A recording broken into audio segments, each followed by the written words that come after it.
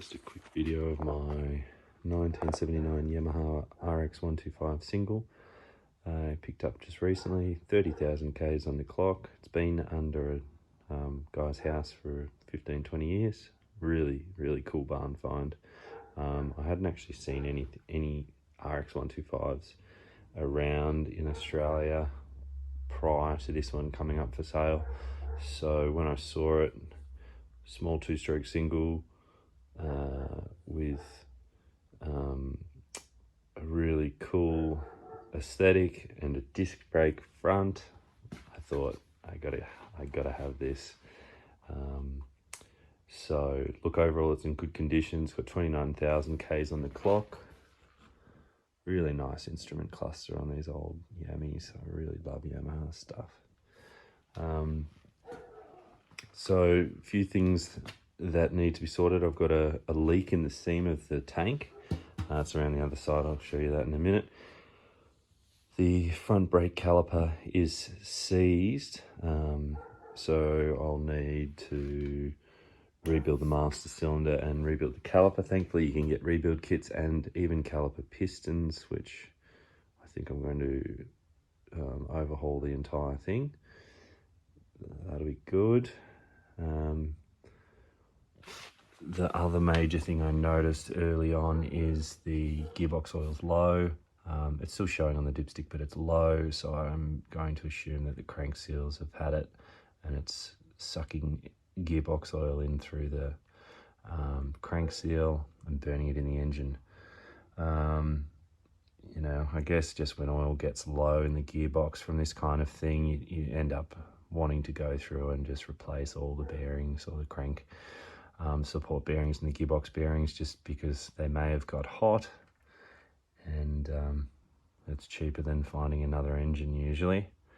Chrome's pretty good. I'm pretty stoked really to have an old bike with chrome that's still good like this, particularly even the rims.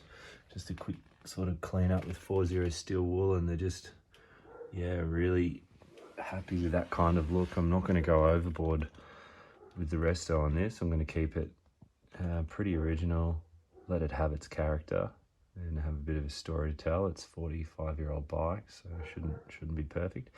I will probably do a few things, like clearly I've got to strip down the carb and clean it. I'll probably repaint the cylinder and cylinder head when I pull that off, just to check and see what the top end looks like.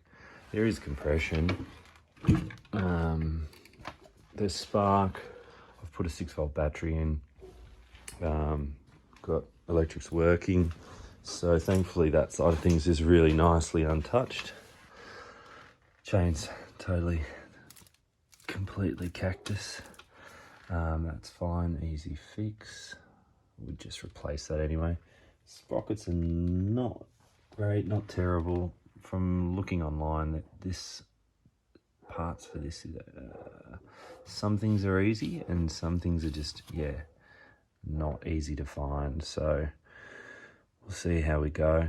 Another great feature of this bike, really love any small bike, or any bike in general, that has both a center stand and a side stand. That is cool, and I think it goes appreciated.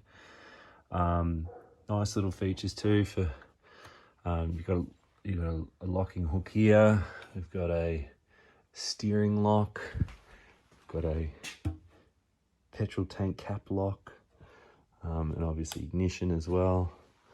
I just think those little features, just cool little selling points when they were trying to, when, you know, the motorcycle brands were competing for low priced, high performance, reliable two-strokes in the 60s and 70s. I think just little things like that probably made a difference to people that were thinking about commuting on these bikes, using them as their main form of transport. Yeah, really cool. A really cool little Yami. I'm pretty stoked with the condition. Even the seat is original and not ripped. Some cool little things about the side covers here. You pull the side cover out, That's how you access the oil tank to fill it up. It's an oil injected 2-stroke, so you fill the tank up every couple of petrol tanks worth and good to go. This is the stock airbox here. Someone's drilled, you probably can't really see, but someone's drilled some holes in there for some extra horsepower. Sweet. I think it's got a 24mm carb by the looks of things, which is pretty standard sizing for Yamaha. Could be a 26. I'll have to look actually, I'm not sure. I'll probably put a 28mm flat slide on, I think. It's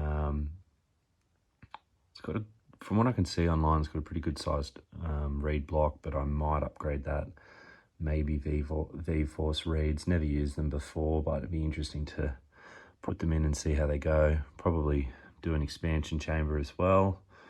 From what I've seen, it looks like it is a squish band cylinder head, which is nice. It's got the classic of the era sort of rolled over edge in the combustion chamber design, and usually these days you cut them dead, sharp, just to really get that high velocity ejection across the squish band of the cylinder head. So there's probably a little bit of performance to be tweaked there with modifying the cylinder head. The porting looks pretty good, for a wide sort of torquey usable power band. I think I'll just probably end up putting an expansion chamber on. And yeah, carb, reeds, cylinder head, expansion chamber, that'll probably be it. Obviously with the rebuilt crank seals and bottom end. Yeah, hope you enjoyed.